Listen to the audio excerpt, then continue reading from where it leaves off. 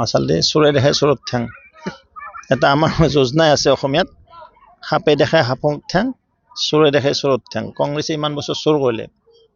55 से 55 तक वो लोग चोर किया देश का प्रॉपर्टी को लूट किया ये कांग्रेस दल इसीलिए वो लोग एनी टाइम हर टाइम चोरे देखते हैं मैं कलो कि प्रति समय चोरे देखी থাকে आसलते महान चोर স্বাধীন ভাৰতৰ আটাইতকৈ ডাঙৰ চোৰ হ'ল কংগ্ৰেছ দলটো চোৰো নহয় আৰু তেওঁলোকে আৰু ঠগ প্ৰবঞ্চকো 420 কেছও আছে তেওঁলোকৰ সব আছে সেইটো দলৰ কোনো ডিসিপ্লিন নাই আৰে কি ক'লো এজেণ্টে হয় ISI এজেণ্ট বুলি ক'ব লাগিব তেওঁ মৰম প্ৰীতি পাকিস্তান বা বিদেশৰ প্ৰতি কাৰণ নিজে তেওঁ বিয়া কৰে আনছি বিদেশৰ পৰা অসমত দেখোন বোৱাৰী নাপালে এজনী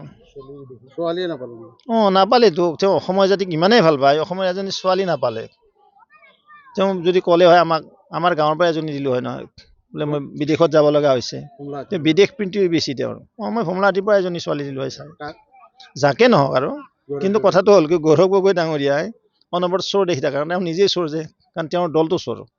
আৰু তেওঁলোকে কি কৰিলে বিদেশ প্ৰীতি কো পাকিস্তানত বেআইনী বান্ধিব গৈছে তেওঁ পাকিস্তানত তেওঁৰ আলহী আছে তেওঁৰ মিছেজ থাকে তেওঁ যায় ভাৰত চৰক অৱগত নকৰে প্লাছ তেওঁ ক'ৰবাৰ পৰা বিয়া কৰে বা লণ্ডন নে ক'ৰবাৰ আনছি ইংলিছ কোৱা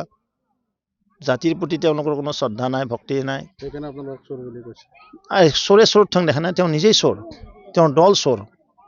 কংগ্ৰেছ দলটো চোৰৰ দল মই কৈছো জাতিৰ প্ৰতি কিমান দায়বদ্ধ আছে ক'ত দায়বদ্ধতা আছে বিগ জিৰো যদি দায়বদ্ধতা থাকিলে হয় মহাপুৰুষ গুৰুজনৰ জন্মস্থান কোনে বনাই দিলে আজি অসমত এইমছ কোনে আনি দিলে আজি অসমত যে ইমান আন্তঃগাঁথনি হ'ল কোনে আনিলে তেওঁ এনে মিছা কথা ক'ব কংগ্ৰেছ দলে মানে মিছা কৈ শাসন চলাই আছিল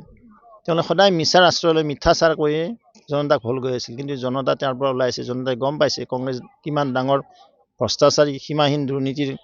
লগতে কংগ্ৰেছ দলে যে একো কৰিব পৰা নাছিল এই কথা প্ৰতিজন অসমীয়া জানে প্ৰতিজন ভাৰতবৰ্ষৰ মানে ভাৰতৰ নাগৰিকে জানে